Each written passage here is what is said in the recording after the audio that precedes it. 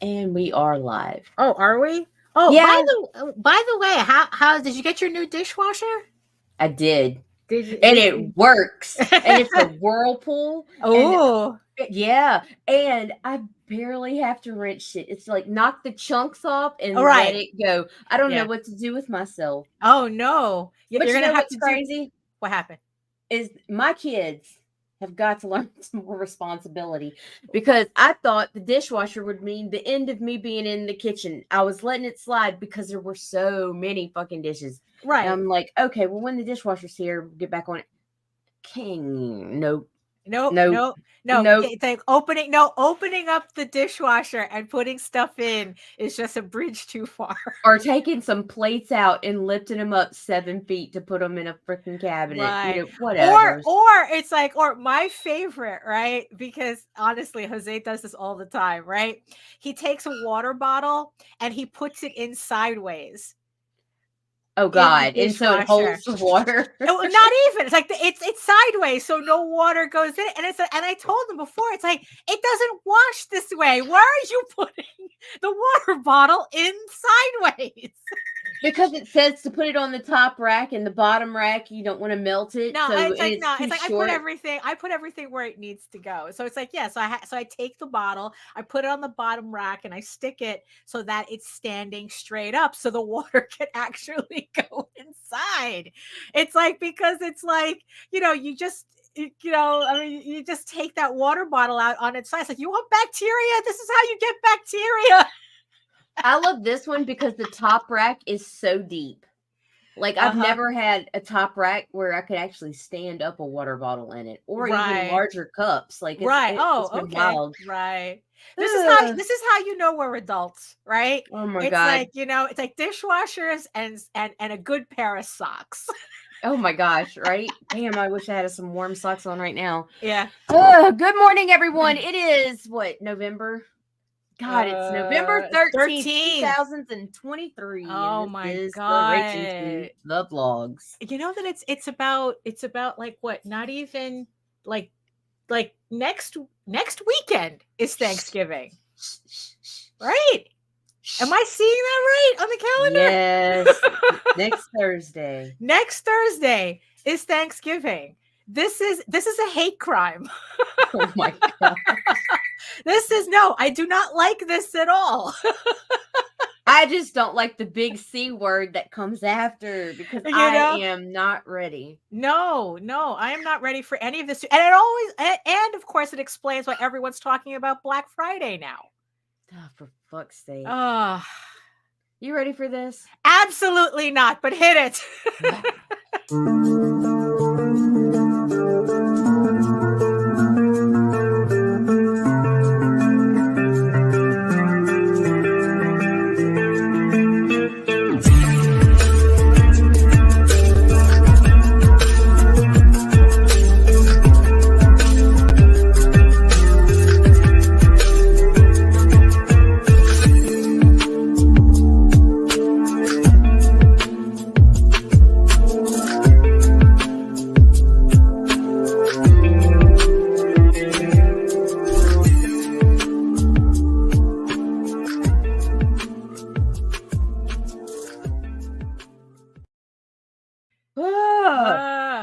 It is cold.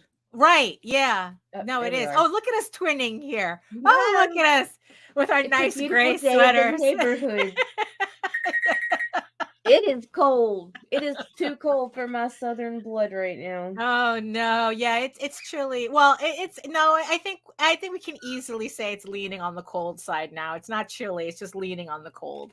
Like, you go outside and you need an actual coat, and it's like, yeah, it's like that now. Although for me, it's like, so it's cold outside and it's okay in the house, but depending on what I'm doing, it gets hot, cold, it gets hot, and that's cold now, and then it's hot. I got to keep opening the window, closing the window, opening the window, closing the window. So it's like, oh, fun times. Yay. So hello, everybody. Welcome to another edition of the Ragin to the Vlogs show. Good morning. So who's joining us in the chat today? Facebook user and Facebook user. We cannot identify you. So please head over to YouTube and say hello, or see if you can figure out how to give Facebook permissions to use StreamYard so they'll show us who you are. Yeah, I know. It's Declare bullshit. yourself. Joseph and Paul Gomez are here too. Good morning, gentlemen. Good morning. Good morning. And yes, I see you, my beautiful eyeball people watching us from regions beyond. And if you are watching us from Facebook, and if you are watching us from Twitter, come on over to YouTube. Join the sexy people in the chat. All the anonymous Facebook users. You know, it's like, come on over and keep them company. Because, you know, Facebook has a tendency to disconnect and do some crazy stuff. And Twitter doesn't even allow us to see your comments. And then there's LinkedIn. We don't even know what that is. We don't know. Yeah, we don't know what to do with you guys yet. So, but welcome anyway. But they've never banned us or restricted us. So that's true. So yeah, you know, or nobody's watching, so they just don't know. Either way, it works out. Like I said, come on over to YouTube. So if you want to, add your 2 cents, to whatever silly conversation we're having at this moment, you can do that from YouTube. It's very easy. So, yeah. So, oh my goodness. Yeah. So I guess it's like we might as well just get introductions started all around before I get completely distracted by everything I'm supposed to be doing here. So hello, everybody. Welcome. My name is Daphne Lage, and I'm a cartoonist, illustrator, and comic book artist from New York. I have been self-publishing comics since 1992, and you know what that... You don't understand. I ain't scared of you motherfuckers. And I am known for the furry fantasy adventure Tall Tales, which returns to Kickstarter in all its glory in 2024 with the brand new issue 6 of the Tears of the Mother story arc, issue 6 of this 8-issue limited series. This is an actual limited series. So we're going to be doing a reissue of issues 1 through 5 for everybody who missed it before. And like I said, with the brand new issue 6 to continue this series in 2024. And I am also known for my medieval fantasy drama, Eagle Raven, Heir of the First Unicorn, which also returns to Kickstarter with issue 8 out of 15. So it's like, I think early 2024, I'm thinking around January, just keep an eye out for it. Issue 8 coming early 2024 to Kickstarter. Yeah, so which is in like 4, 5, 6 weeks. Which no, I still don't like it. I really don't like the idea that next Thursday is Thanksgiving already, but that's besides the point. In the meantime, you can read both my comics online at egoworks.com, EGOWORKS, and Tall Tales, TAILS online.com. And you can check out all my videos on how I make my comics here on YouTube at Daphne Lage, LAGE Art, which also simulcasts through the Indie Comics Network. And to tell you more about it, here's my sweater sister, Nita. Okay, so my name is Nita Lanning, and I'm the producer of the Indie Comics Network, which talks about indie comics and stuff pretty much daily on YouTube. You can find us at indiecomicsnetwork.com. It's .com. Got so cold here. My reflexes are slow. It's my bones. I know. They're frozen. Yeah, I know. It's just getting used to all this all over again. So, oh well. Hey. Look, there's no winning, right? It's either... Look, I tried not to get out of bed. Yeah. It's either 3-figure heat or it's just cold. That's it. It's just cold. Oh, my goodness. So what's going on? So anything going on your end? Work, and lots of it. Right. Well, I guess that's good. It's crazy. All kinds of campaigns are going live. Right. Yes. Some are coming to a close. Right. I am completely busy between edits and promo that I don't have time for anything except for my kids and sleep. Oh, there and you go. work, kids, and sleep. That's all it does. That's it. That's it. Oh, and speaking of campaigns, yes. So, Nightwolf, issue 8. It's issue 8, right? Issue Yes, 8 ma'am. by Rob Multari is on Kickstarter right now. This close to funding. So, we're going to be putting a link in the show notes below. I'm currently working on a piece for. I don't know if he's going to use it for the campaign or just in general. We haven't really talked about it. I just said, like, oh, he goes, you want to do a piece? Yeah, I'll do a piece. And now I'm doing a piece. So it's like, hopefully in the next couple of days I'll have that done so that no. Yes, we will be talking about that. So Nightwolf issue 8, a coming of age werewolf story. If you thought high school was bad enough, imagine finding out you're a werewolf on top of everything. I don't know. I just admit, like, I would be a bad werewolf though. I would. Yeah. I'd be the grim thing. Oh no. Like I would. It's a good thing. It's a good thing. I'd be more like count your blessings, motherfuckers. Right. I'd be more like Fang Face, maybe. It's just like, oh, I'm a werewolf now. Oh, we're doing this. Like, I will fuck some shit up. Right. Yes. Call me short again. Yeah, exactly. So Nightwolf issue 8 on Kickstarter right now. So check that out. Oh, and for those of you who also missed all the previous campaigns, he has all the previous issues and all the extras available on this campaign. He has like so much stuff available on this campaign, This is going to be fun. So speaking of campaigns, because obviously everybody wants to get in on this topic that we're talking about. But just a little quick personal announcement. I mean, because I like talking about like what I'm up to. So the last of my packages for Eager Raven issue 7 is going out today, including yours, Nita. So it's like, so everything is going out, which officially closes the campaign. It was 7 harrowing weeks, but we got it. We got it done. So thank you everybody who supported Eager Raven issue 7 and showed a lot of patience, and I hope you find most everybody got their books by now. The last of them which were sketch covers are going out right now, and thank you so much, and we'll regroup here in January to do this all over again. Yes. So with issue 8, right now, as far as I know, the Unicorn King's Daughter and Medieval Unicorn Viking Slut should be on the printing docket this week. So I'm going to give the printer probably about till Wednesday before contacting him just to confirm that everything's printing, because I'm hoping that the books will either be shipped or be in hand by Thanksgiving, if everything works out well. So I'm hoping that's the case. On another side note, and another Eager Raven work schedule process right now, I am currently writing issue 2, which is chapter 2 of the prose adaptation of Eager Raven, Heir of the First Unicorn. So I'm already working on issue 2, getting through that. I'm having a lot of fun with this project.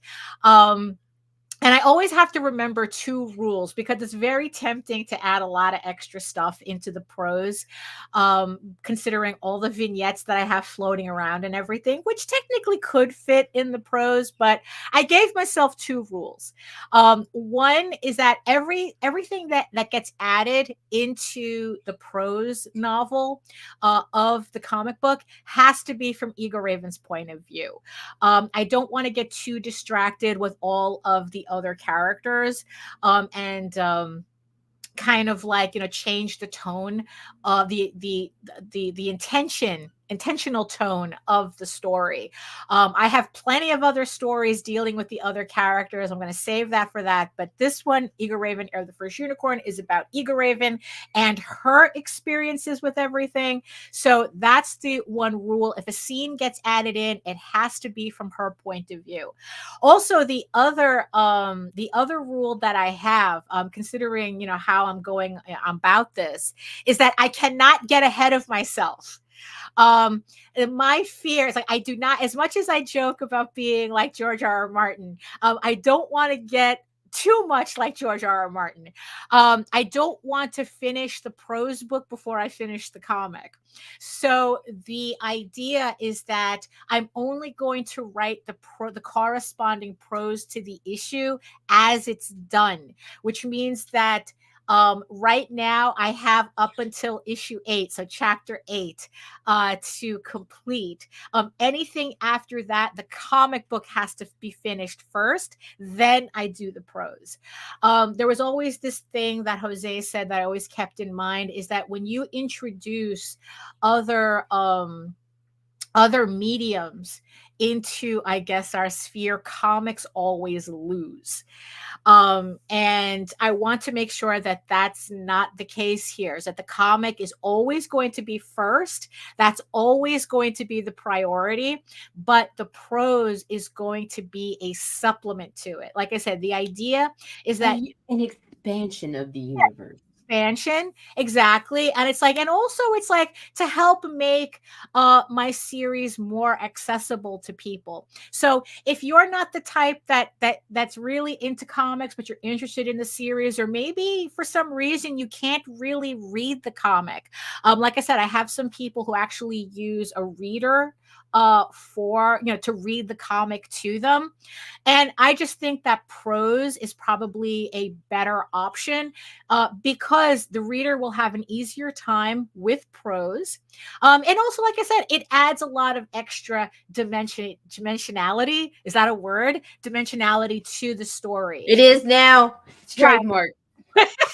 So instead of having to like describe panel by panel, your audio reader is reading this as a story to you, which will make more sense, hopefully. So at least that's like another way that you can enjoy the book. And if you guys are really patient with me, I will also offer up audiobook versions of this as read by the author. Because boy, I found out how much it costs to get a professional actor to read, to do like audio books or something. And it's like, yeah, you guys are going to have to put up with my voice. You got enough friends in low places. I'm sure you could. I mean, it's like that. I mean, it's like I was, not that I think I should have been surprised. I mean, I don't know why I was so surprised, but in the end, I guess it just went to show that how I completely underestimated how much goes into reading a novel professionally, out loud, Right. and being a professional voice actor, and the editing that goes into it, because that's certainly something I'm not looking forward to. No. I'm looking to getting the raw audio for Legend of the Silk Rose. That's the prequel. I'm looking to have that done by the end of the month, but that's just the raw audio.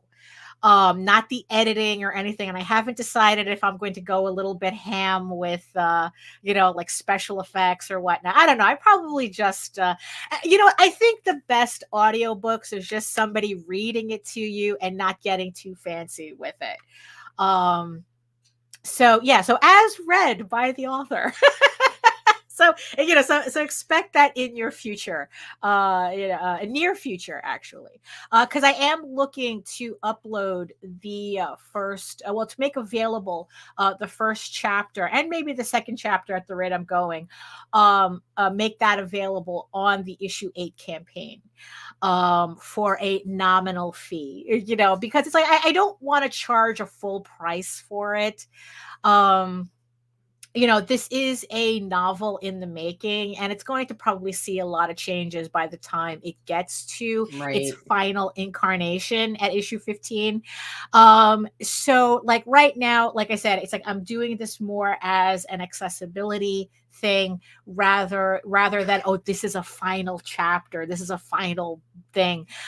So that way everybody can enjoy it however is easiest for them to do that. So I have that going on. But like I said, I guess everybody's really just chomping at the bit to talk about today's topic. So also, so also over the weekend, I was doing my maths, with when it comes to my mailing list. Yes, my maths.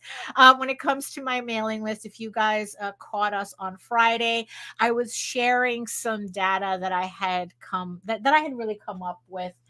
When it comes to finding out that between me and Jose, we have 3 different audiences. And, like what exactly do we do with this information, and how do we adjust accordingly, knowing this information? Right. And also just seeing the overall trend that's been happening, especially in the last couple of months, with even though Kickstarter says that more campaigns are funding, they're getting harder to fund. Yeah. Well, there's more campaigns. There's more campaigns to get eyes on too. Yeah. And I remember the first time I mentioned this, Max had mentioned, it's like more campaigns are funding because more people are putting lower fund goals, which is true, I have been seeing a lot more lower fund goals. But but the thing is, though, it's like I've also been seeing people who are having a hard time even funding those lower fund goals. Even watching some campaigns where previous campaigns, made X amount of money, and now they're making half that on their new campaign. So obviously there's something going on. And last night, if you missed Jose's show talking comics on a Sunday with JD Calderon, he was kind of talking about this as well. It's like what is it that we have to do? Like, what is it that we're looking at? What's going on? What do we have to do to survive it? Although, as he put it, you don't have to tell indie comics to survive. Indie comics survives regardless of what's going on. We've always have, we always will, but also at the same time, the road is littered with bodies with those who didn't make it, who can't make it, who won't make it, and the thing is that we have to decide. It's like, okay, are we the ones that survive, or are we the ones ending up under the back tires? And that requires a lot of self-reflection. It's like when we were talking about the Tim Ferriss interview, I forgot the guy's name. Is it Ken Kelly? I think, no, Ken Kelly's the artist. I forgot the guy's name, but the guy who pretty much coined the idea of 1,000 true fans. Right.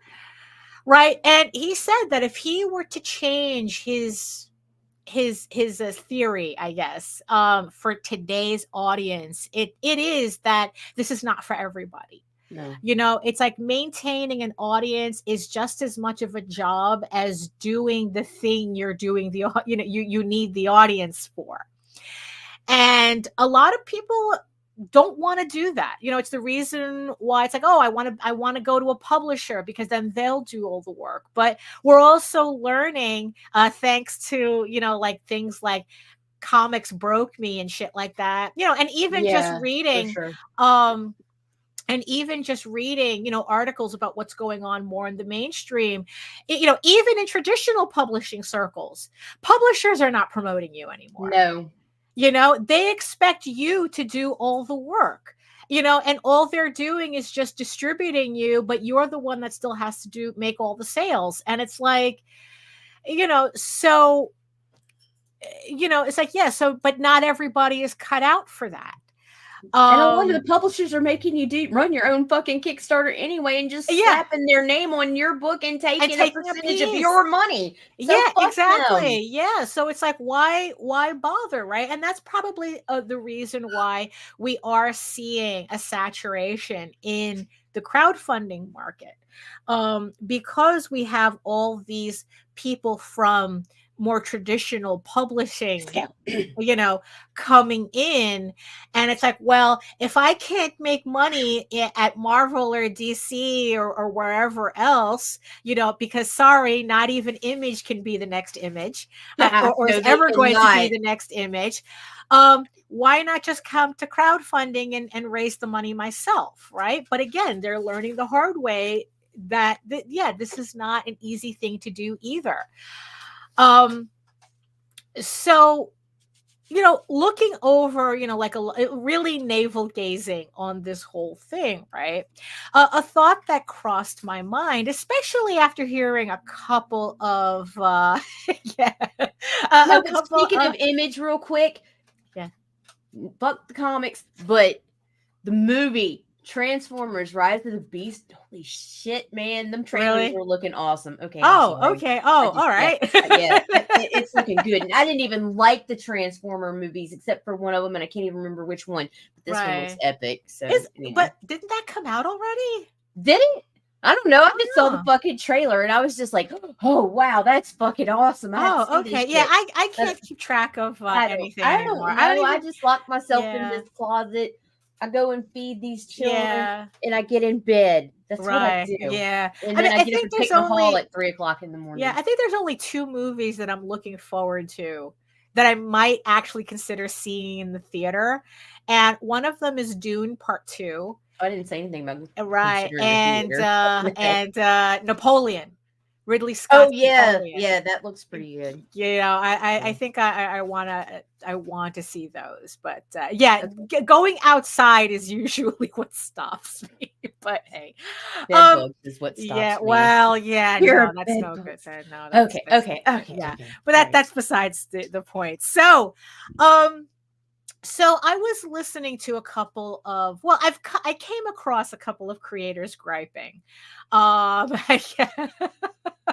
as always, there's always creators griping, right? But they had said something that kind of struck me, and I kind of wondered if that's probably part of the problem that we're seeing. So this one creator, it's like, look, I don't mention names. I just mention what they say. They were talking about how they kind of resented the fact that they felt that their friends weren't really coming out to support their book the way they wanted. And, and it's like, I had to really sit with that, and it's like, and honestly, the answer that kind of came out, at that point, now, mind you, it's like, we're talking about a series that had been running for a bit, so it's not like was their first issue, but the fact that they were already this far into the series and still expecting friends and family to obligate themselves to support the campaign. I mean, I just sat there and I just say, you know what? No, that's not our job to do that. Nope. Like, it's a collective hour. It's like, it's like I said, it's like, this could have been anybody, because like I said, I've heard a lot of people, mention variations. Yeah, that's theme. Crazy talk. And it's like, and it's like, and I'm like, and I was kind of wondering, it's like how much of that, like kind of like the downslide that we're seeing, the backward sliding that we're seeing in a lot of campaigns, is people who depended way too much on friends and family to bolster them at the expense of building an actual audience. Right. And I remember telling Jose this, and Jose, he goes, that's stupid. Do you want fans, or do you want a hookup? Which is it that you want? It's like, when you're doing your comic, you want fans or you want a hookup? Well, your friends should be supportive of you, but supportive of you as a creative always. Because if they're not supportive of you in your endeavors, then fuck them. They're not your friends anyway. But as far as okay, so in comics, most of your friends are going to be other fucking creatives anyway, and Right. their friends are going to be creatives. And so, if we had to back every single project of every single person we liked, we would all be fucking homeless. None of us would afford these fucking Copics markers. I mean, the Right. reality is even as creatives, we have to be ultra selective. And for me, that's usually going to be with a couple of exceptions. Right. I'm going to back issue 1, and that's going to be the end of it until you're Right. straight. Right. Yeah, because it's like that's also like a trend that I've been seeing for a while, and especially personally that I've been suspecting for a while There are that some once people I back people, copies. you know, Get that lucky. once fans realize you're going to come out with a trade, they actually begin to hold back until you come out with that trade. Right. So you know, so at least for me, that at least explains some of the sliding back and forth that I've been seeing with my individual issues. Um, you know, but the funny thing is that I've had people skip issues and then come back on a particular issue and catch up. So I think it's you know, kind of a dick move if you right. expect your friends to support you financially. I think so too, I think because that's a it's like I real said, I think, egotistical dick move. well, you see, and Like, I'm not especially your friend if I don't have the extra right. You see, 30 to that's the spend shit on you this week. Man, that I fuck don't you. really like, Like, that don't I come at me don't like really that. appreciate. It's kind of like those real pressure, those pressure posts that you see on Facebook. Oh, I dare you to scroll past this. Well, No. Later. well then, well there you go.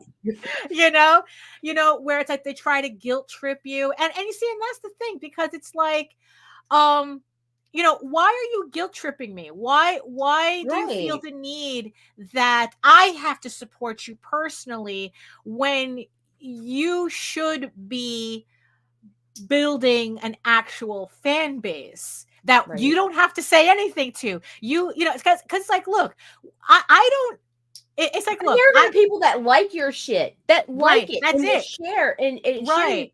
I and don't still have, not be able to afford you. yeah, I don't have to beg anybody to support my books. You know, I go, hey, Right. my campaigns are live. Here it is. We're trying to meet these goals. And that's it.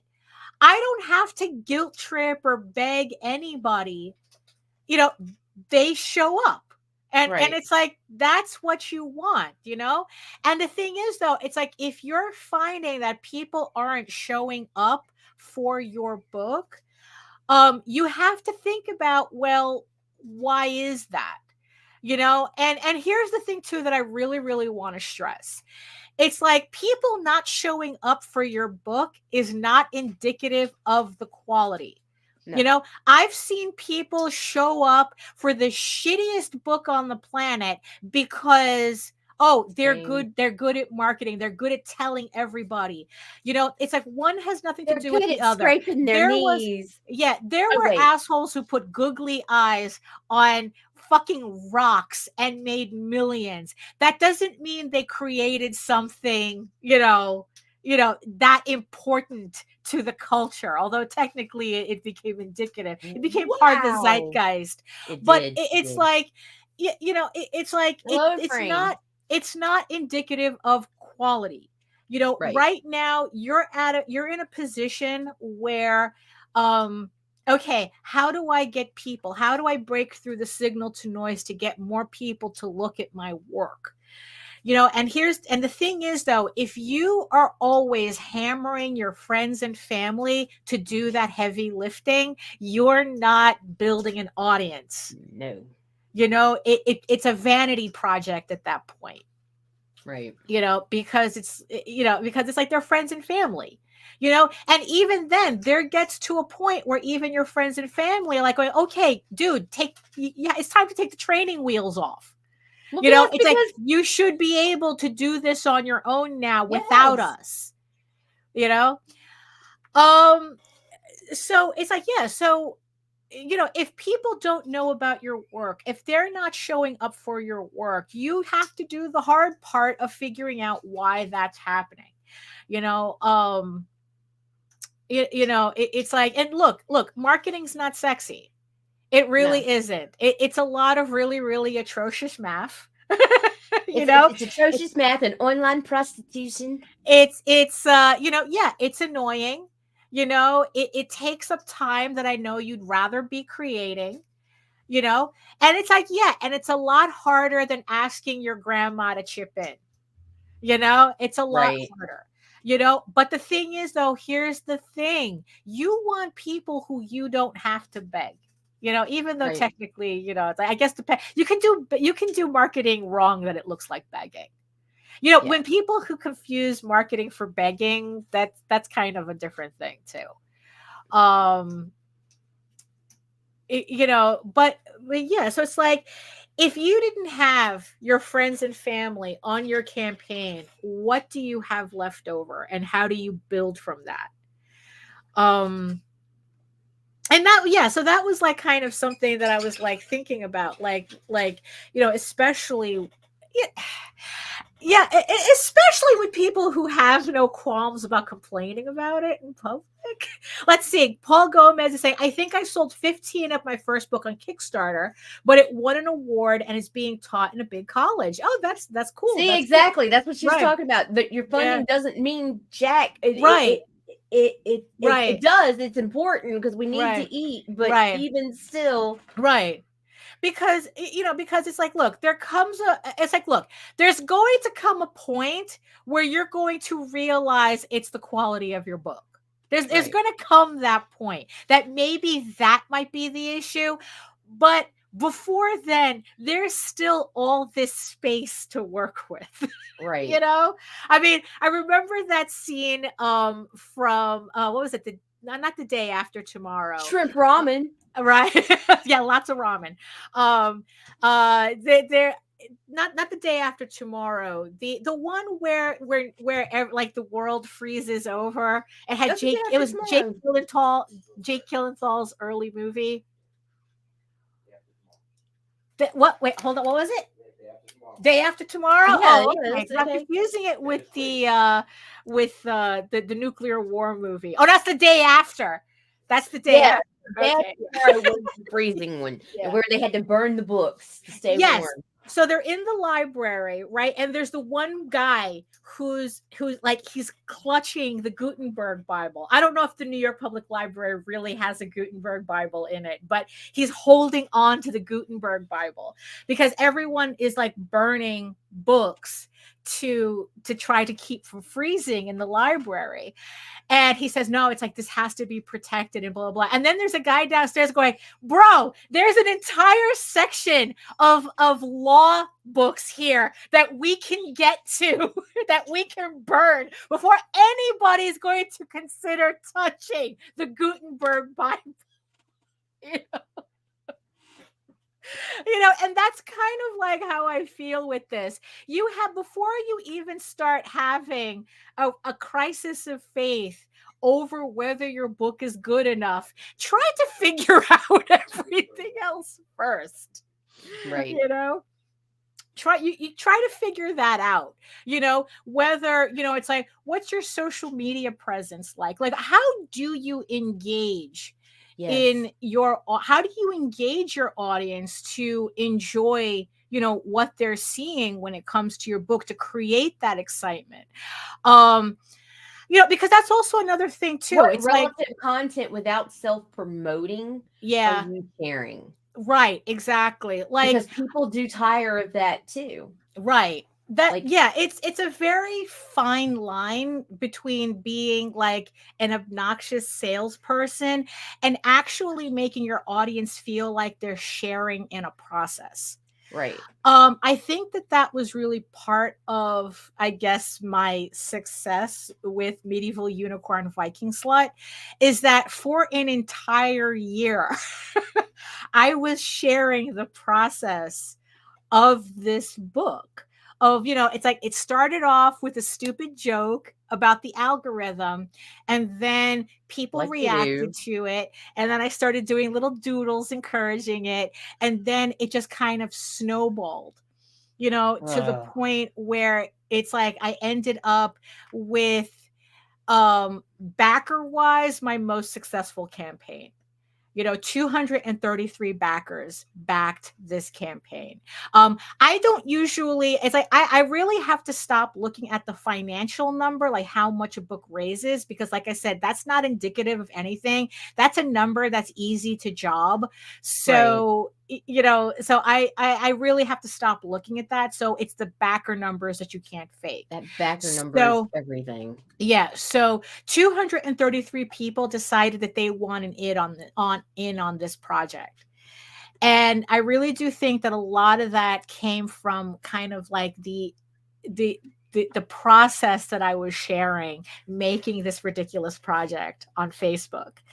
And also the fact that it is the first full story with Loki in it, and him being quite the Facebook favorite. So I mean, it had a lot of things going for it. But that's the thing. It's like, are you just preaching why people should buy your book, or are they invested?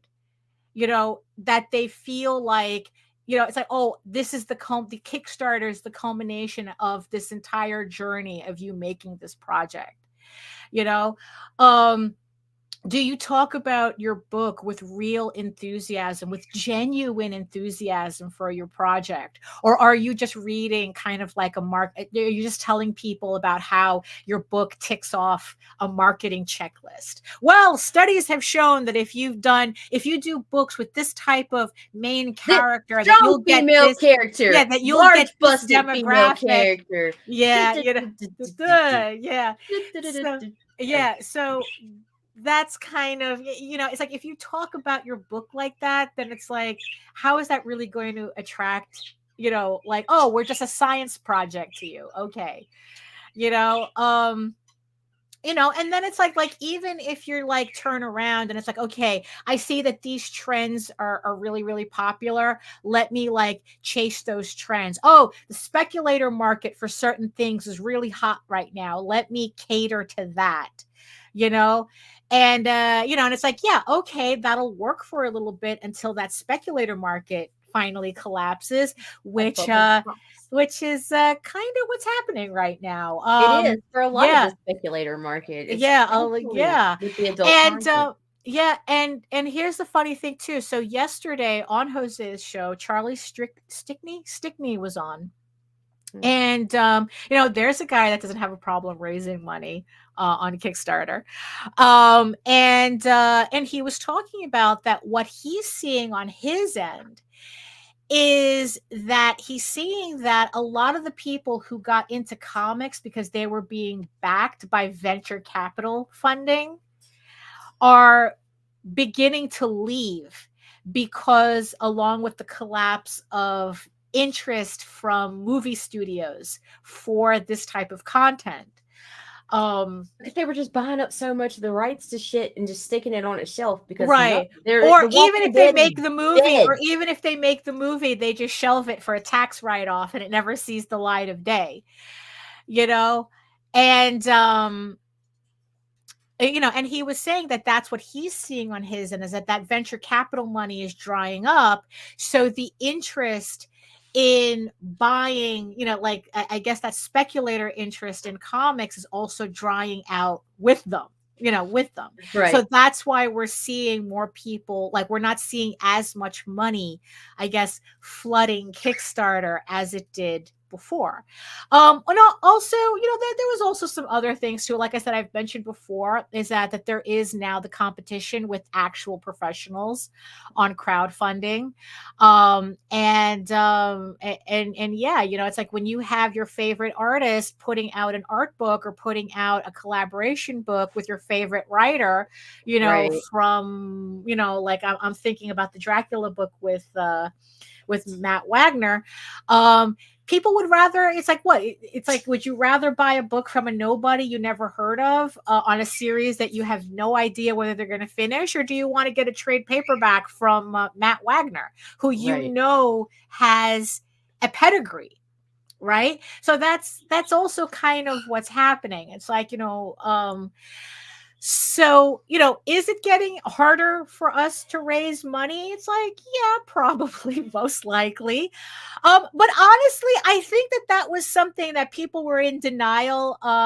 It's like, well, it's like, look, when me say, look, I had people get mad at me saying that that I ship my books soon after. I get the, like soon after my campaign ends. It's like, look, even making people waiting 7 weeks on my last campaign is still a lot shorter than the average campaign makes people wait for their books. And I had people get uptight with me because it's like, oh, you're just bragging at that point. And it's like, you know what? Fuck you. If I can get my books out within 2 weeks of a campaign ending, I will, and I will mention it. It's like, it was like the quote was that like it should be a selling point, but it is. Yes, it is. Yeah. But it is because so many are late. Yeah, because so many people, so many campaigns, oh, you have to wait a year. Oh, it's going to ship in 2 years because that's how long it's going to take to make it.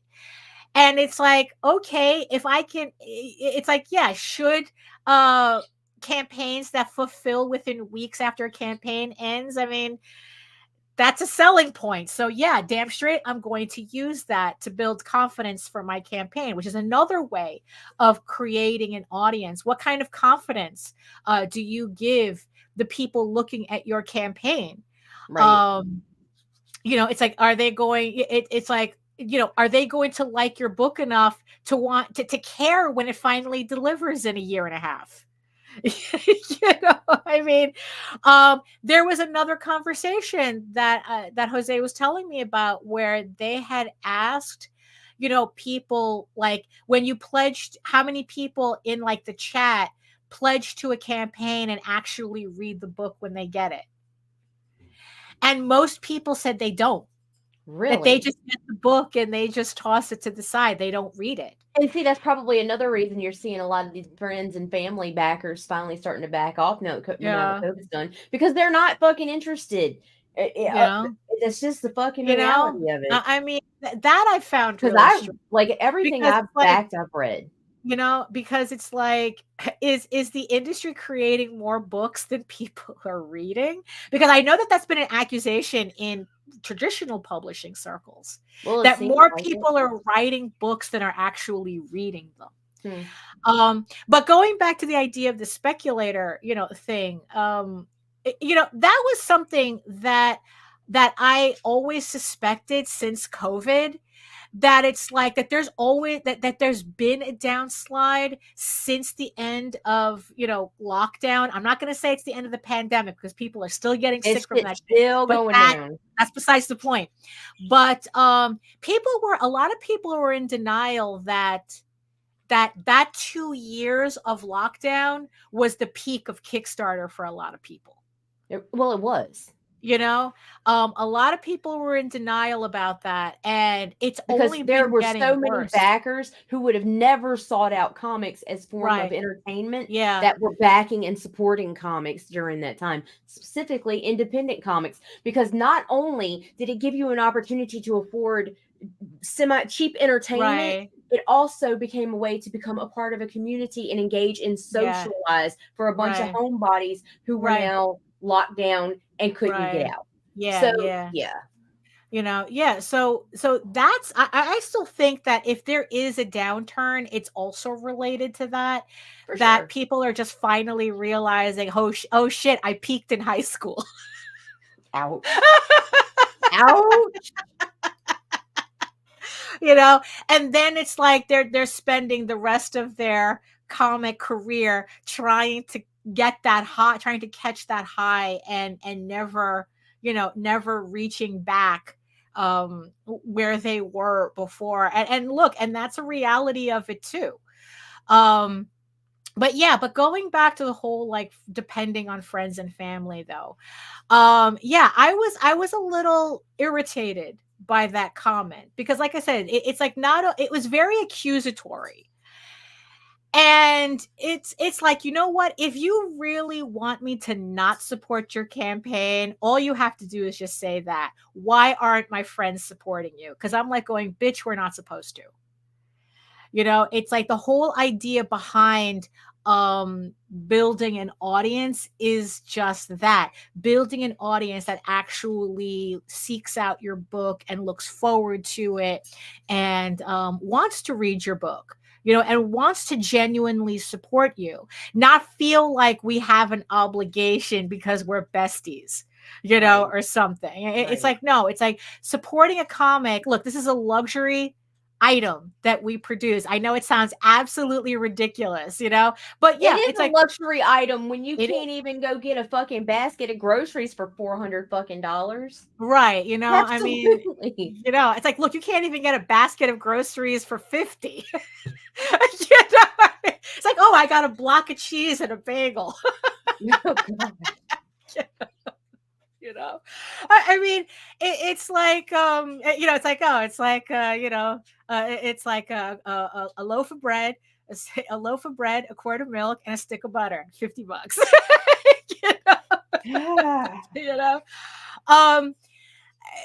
It's like, so this is a luxury item that where nobody, like I said, nobody dies if you don't look, you can be dramatic, but nobody dies if you don't get your latest comic fix.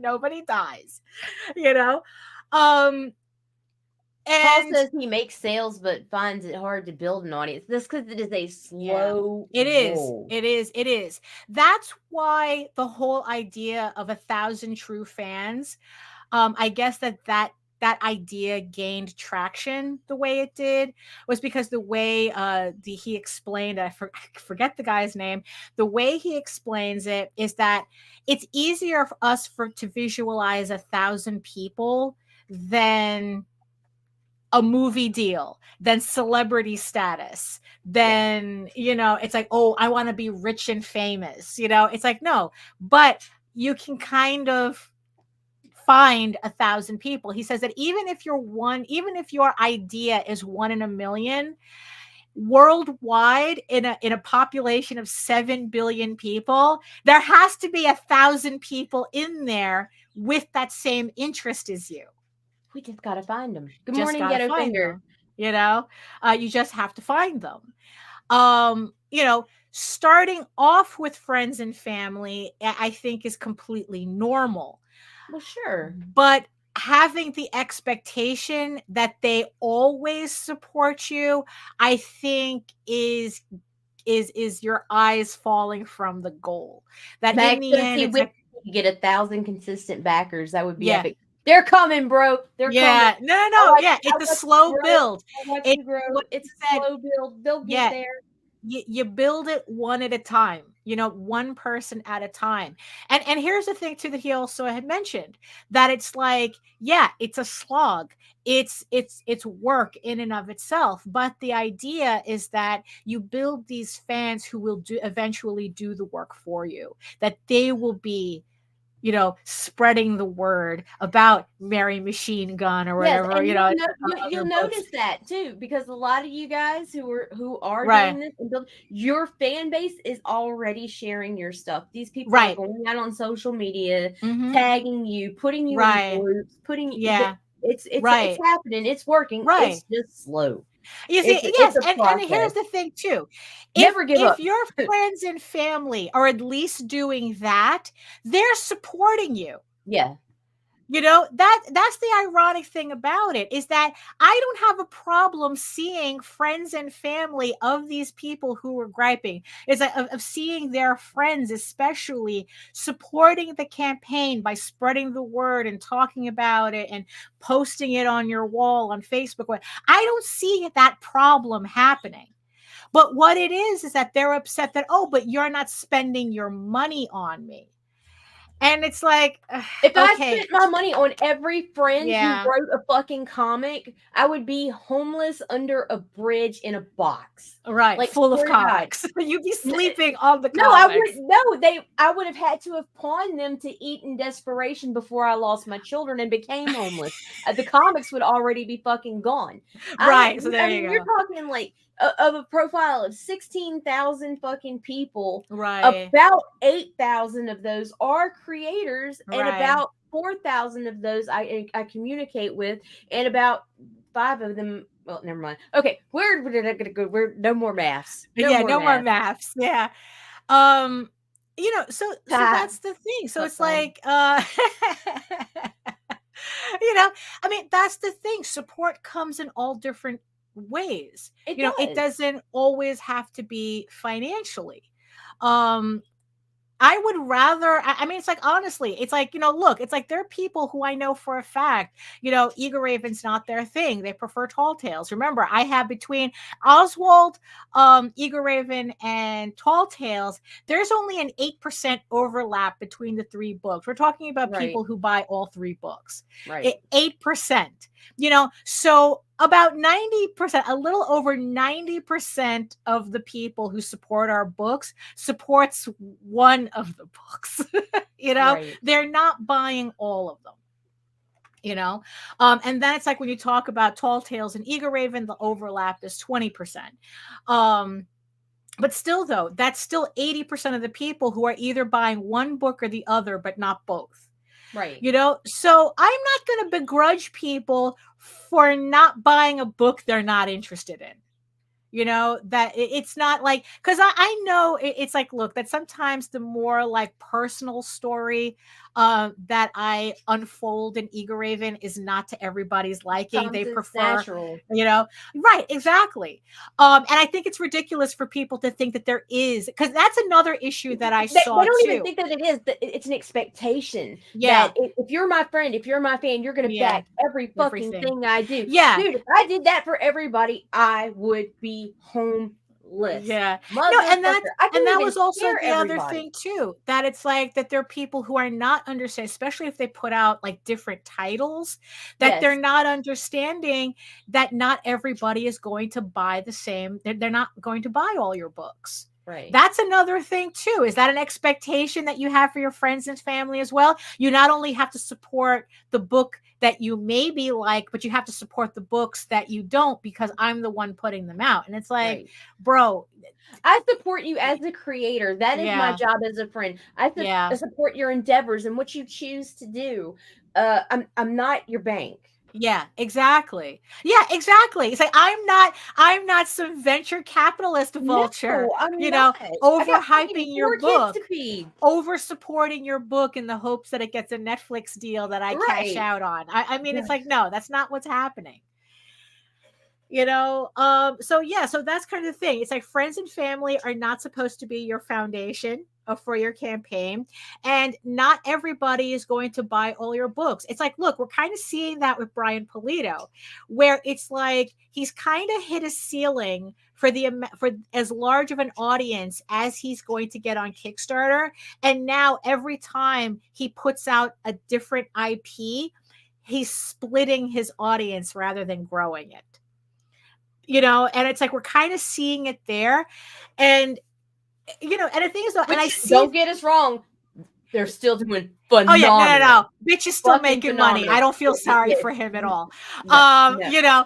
But the thing is, though, but I see that with smaller creators who put out their universe or whatever, and they expect all the books to do equally, when that's not even close to what happens. No. Look, like I said, especially genre hoppers, those are the ones that struggle the most. You got people, you're putting out a horror series that's getting incredible amounts of support, right? And then you jump ship and come back with a YA book or something, and it's like, and you expect the same turnaround, and it's like, dude, that's not how this works. Right. You have to build an audience for this new IP over here too. Right. Yeah, exactly. Like I said, superficially, we put out 3 fantasy books. Superficially. It's like, oh, it's 3 fantasy books. It's all the same thing, right? No, it's not. 8%. Actually, 92% say otherwise. Yeah, Lady Death does 400K, and everything else lands around 200K pretty much every time. If he gets what we will too. I mean, it's like, it's like, I think that from what it looks like to me, he's splitting his audience. He's not really growing it anymore. And the thing is, that's also the thing too. It's like, Jose has spoken about recognizing when you hit a ceiling. That could be it too. That maybe you've hit your ceiling in this crowdfunding space and you have to look elsewhere, or you have to think about like what else you need to do, or maybe you have to go someplace else. Again, it's not indicative of the quality of the work. Like I said, there's plenty of other things to look at before you have to go looking, is there something weird about my book? And you know what? And here's the thing too. Even if there is something weird about your book, if that's the story you want to tell, then it doesn't matter. Right. It's like, is Ego Raven a hard sell? Yeah, sure. It could be. Yeah, I guess, but I'm not changing a goddamn thing about it. So, Tom says ceilings can be broken through, but you have to take new steps to level up your place in the crowdfunding. Yeah, exactly. Yes. Exactly. Or if crowdfunding is even where you're supposed to be, or at least this platform, or that's right. Exactly. But like I said, it's like, I'm not changing a goddamn thing I'm doing. So I have to accept that there's going to be a limit to what I do in terms of promoting it and how people react to it. And remember, the ancients always say, the Stoics are always talking about the only thing you have control over is your effort, not your results. Right. You can put all your effort into what's the best, the best quality book you could put out, and you still won't find an audience for it. I think you have no control over that. That's why, it's like, that's why you cannot look at how your campaigns do as a quality indicator, for most people. There's caveats to everything. Yeah. See, I hate most people. It's like, bro, if you see the amount of just, well, that's none of our business. You know what? In the end, it is my business when they're dropping it in my DMs, yelling at me because I'm not promoting their stuff, and it's like, bro, you're just not there yet. Well, that's kind of a different conversation. It's like, because that kind of leads into what is your obligation to a creator when you are a promoter. But you know what? That's a separate conversation. Okay, that's a separate conversation. Over that. Yeah, that's a separate conversation. So at least for this show, right? At least for this show, our question is, what's your obligation as a family member or a friend to a creator? To click that share button. That's the obligation. It's like, is there an obligation? There is. If you're their friend and you support them as a creator and you are on social media, your obligation should be to click share. Right. Nothing beyond that. Right. Nothing and there shouldn't be an expectation beyond that.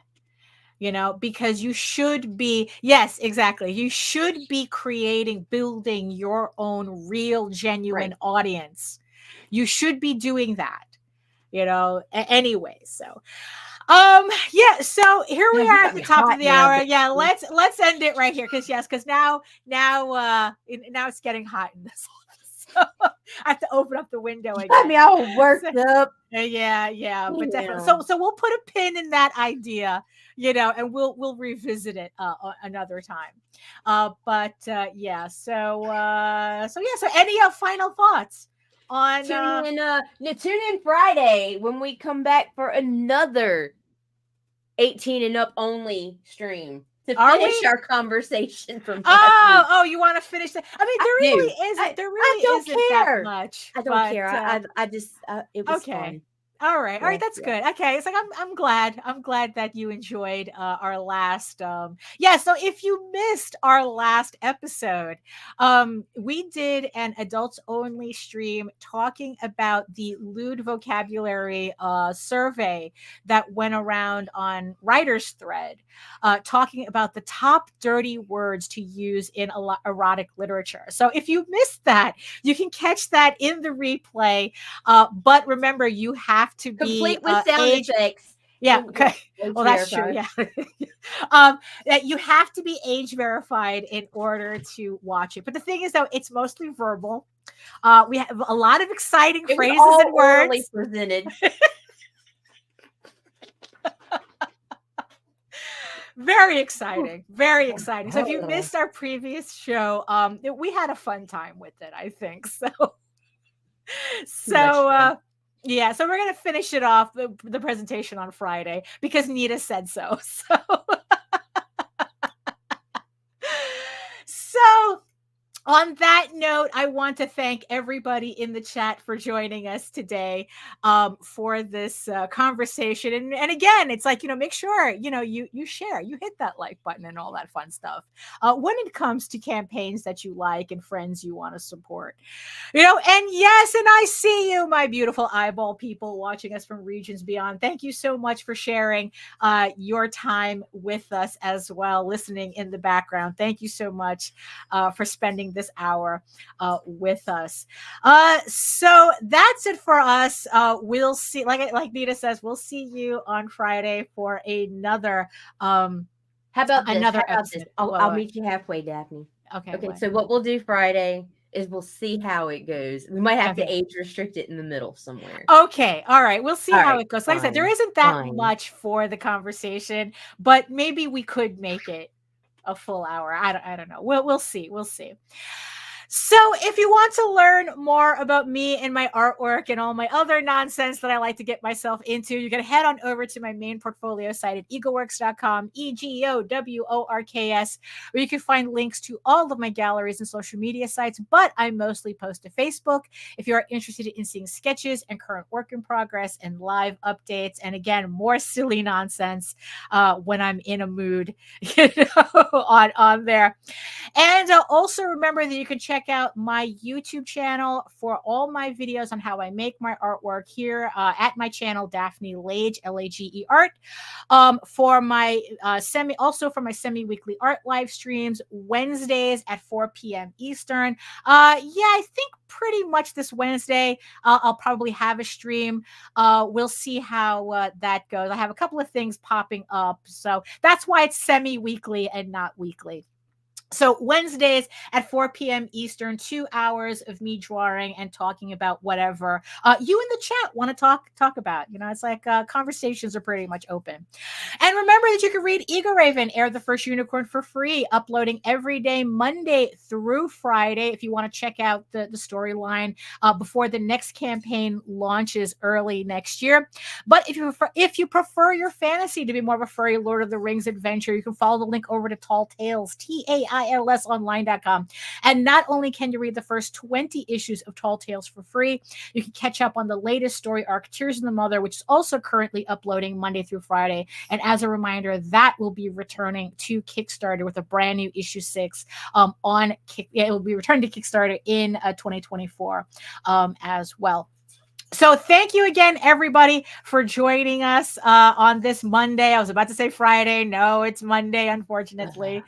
And in the words of the ancients, eat your food, moisturize, mind your business, and do the work. Because when you actually do the work, you never have to fake any of your accomplishments. And stop telling your mom to tell your grandma to support your Kickstarter. That's just really like tacky after a while. It's like, come on, people. It's hard work, but it's worth it. Trust me. So thank you so much for joining us, and we'll see you next time. Bye-bye.